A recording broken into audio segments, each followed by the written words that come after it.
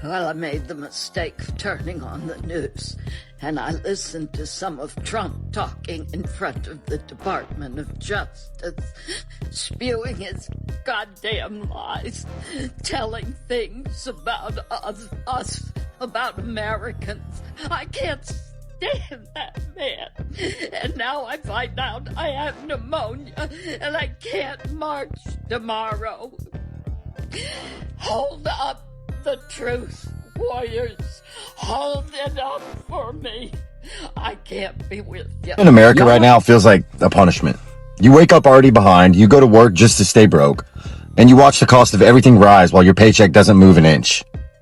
Groceries are a luxury, rent is robbery, healthcare is a joke, and somehow we're the ones blamed for not budgeting better. People are working 2-3 jobs and still choosing between food or gas. Families are crammed into apartments because buying a house became a fantasy. You can't afford to get sick. You can't afford to rest. You can't afford to exist. But they keep telling us the economy's strong. Strong for who? Because it sure as hell isn't the people doing the work. We're out here treading water while billionaires build rockets, politicians trade stocks, and corporations raise prices just because they can. We were promised opportunity. We got survival. And what makes this worse is watching people blame themselves. Like somehow you failed because you can't afford a 1-bedroom anymore. Like you didn't do enough when the truth is the math just stopped adding up years ago. They told us to work harder but never told us they'd change the finish line. This isn't a country full of lazy people. It's a country full of exhausted ones.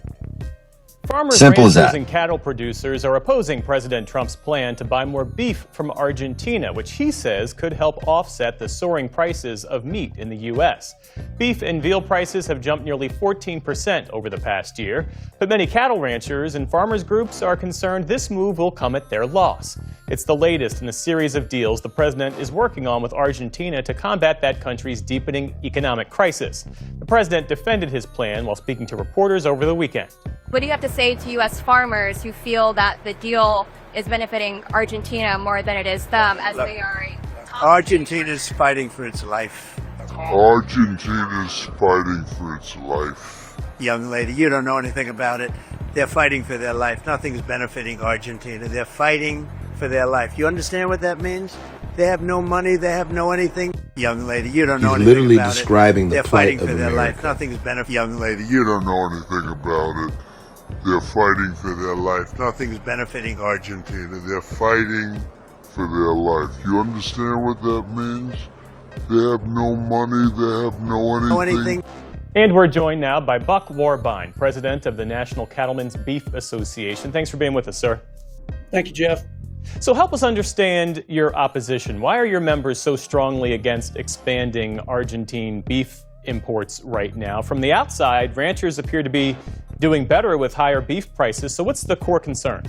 The core concern is that it's a misguided attempt to lower prices to the consumer, and what the rhetoric and ideas and so forth that the president has put forth has big negative impacts on our markets, like our futures market, and that is instantaneous, and yet the lag time from our cattle markets to the price in the grocery store is long. I mean, that's years in the making, and so this is going to negatively impact producers while doing almost nothing for consumers.